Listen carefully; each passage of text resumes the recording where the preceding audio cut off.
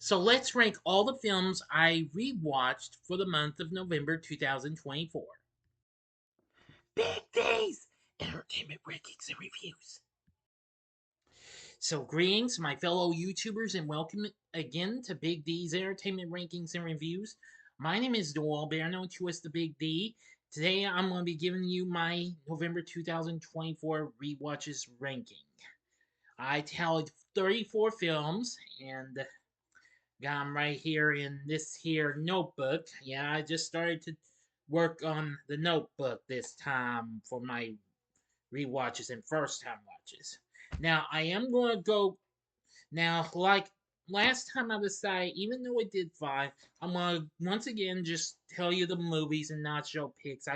Because I reviewed just about all of these films, okay?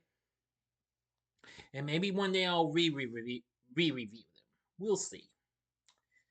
So let's get started. If you're ready, sit back, relax, and here we go.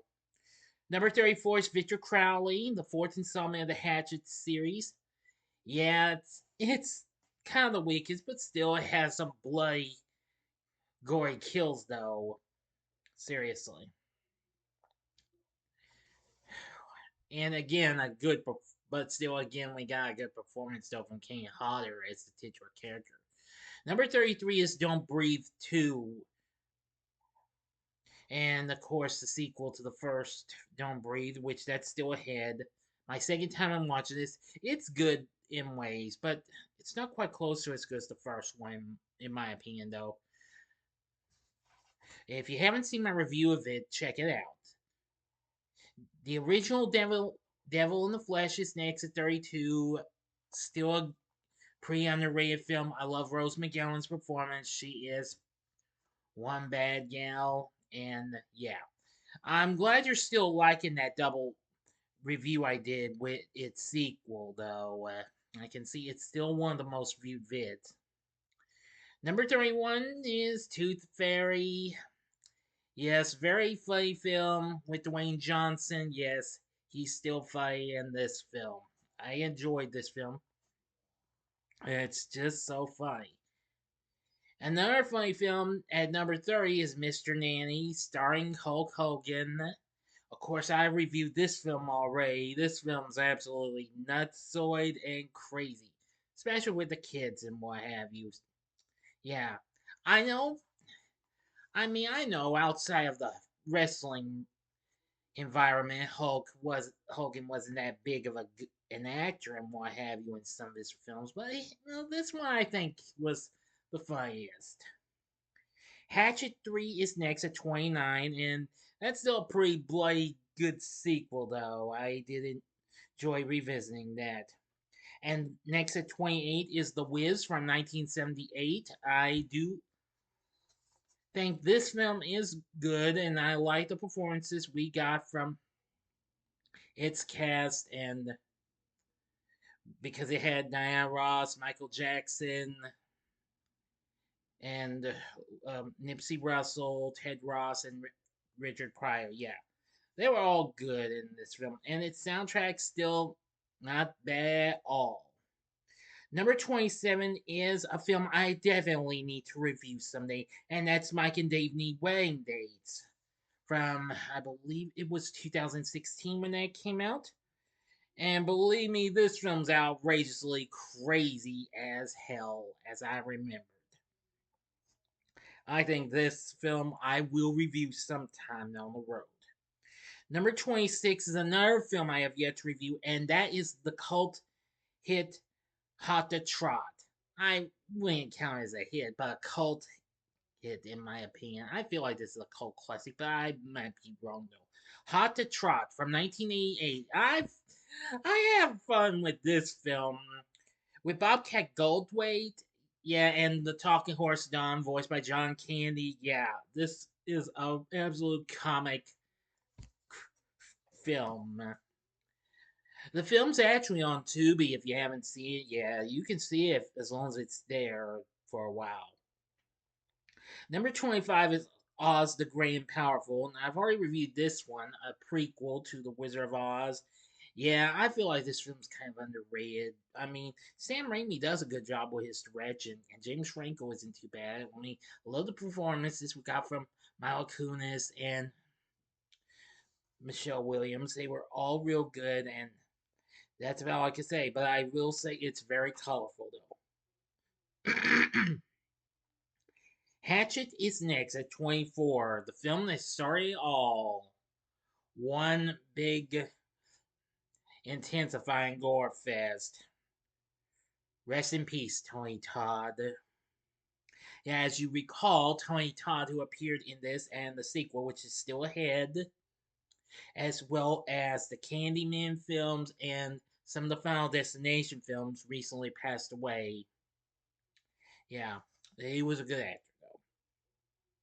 Anyway, Hatchet isn't too bad. It's pretty good and still bloody. And The Craft is next at 23. Love this film. It's really growing on me a whole lot. Love the performances we got from everyone in this film. Fairuza Balk was good. So was Rachel True, Nev Campbell. Everybody. They did an exceptionally good job in this. Blackula is next at 22. And I think a lot of you know this is a guilty pleasure of mine. I love this movie.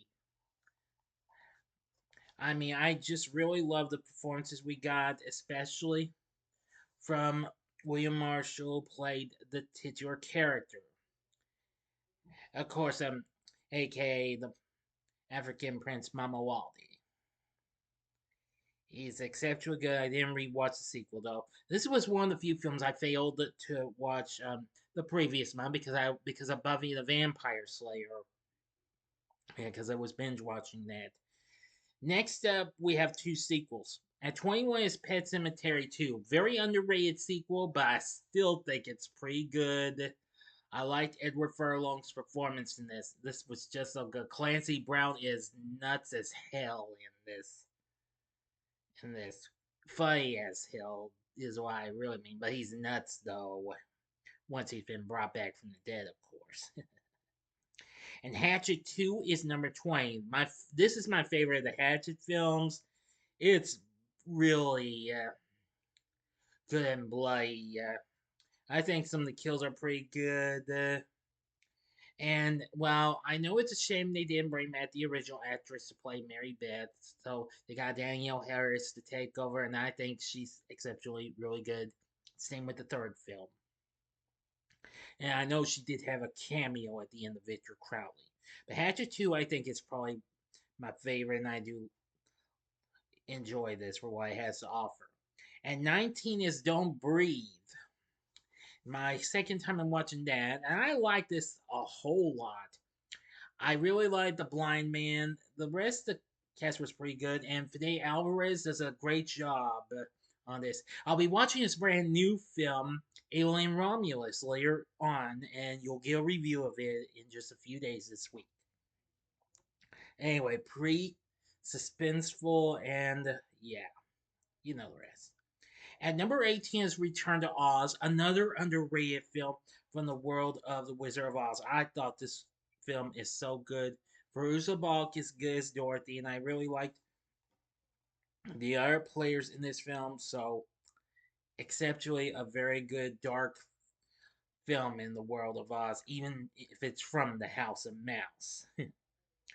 And Sleepy Hollow is next at 17. I know I haven't taken the time to revisit this film in ages, but I finally decided to do it and review it for its anniversary. If you haven't seen my review of that film, check it out. Johnny Depp does an exceptionally good job.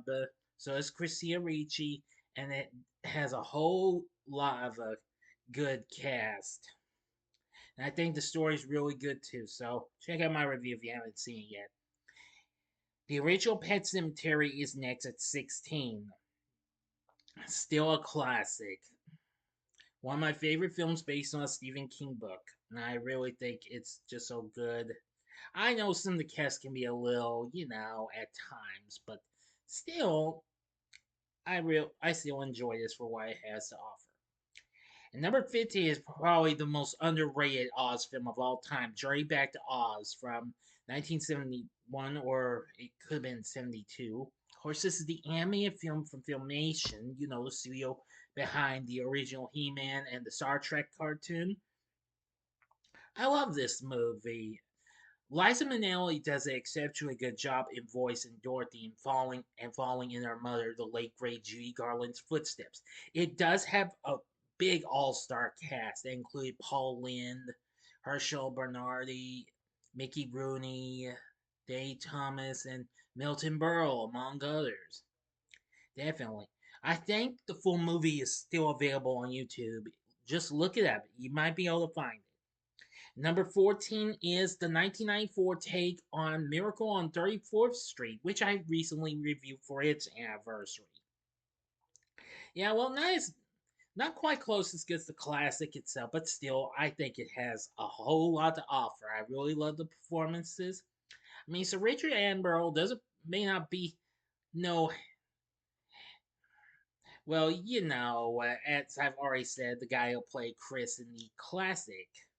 But still, he does a good job nonetheless. And I really love Mara Wilson's performance as Susie as well. The Rocky Horror Picture Show is next at 13 from 1975. You can't go wrong with this cult classic. Very funny and really good. With Tim Curry, Barry Bostwick, Susan Sarandon. Yeah, they are all good. So is the rest of the cast. Songs are good. Yeah, I just had a lot of fun with this film.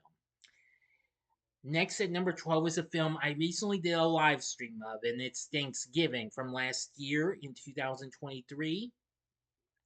And this film's still crazy as hell, but still bloody good. Eli Roth does an exceptionally good job with this film. I hope for the best he does well with the sequel when it comes out next year. So enough said about that. And then 11 is An American Werewolf in London. Now, this film I do love. This is a very good werewolf film, and it's awesome. I think it just was really good, especially with seeing everyone return as being undead. Really something. But I love this film. And number 10 is a film I have not seen in a, a very long time, and that's Tie-In AE from 2000. This is easily an underrated animated film done by Don Bluth and Gary Goldman. Now, I will review this film next year. But like I said, this film was so underrated. I know this didn't do too well at the box office, but I thought this film was awesome as I still remembered. And got a kicking good soundtrack. Definitely. This is a great sci-fi animated film. If you have not seen this film yet, you need to. But I'll talk more about it in the future. Well, namely next year.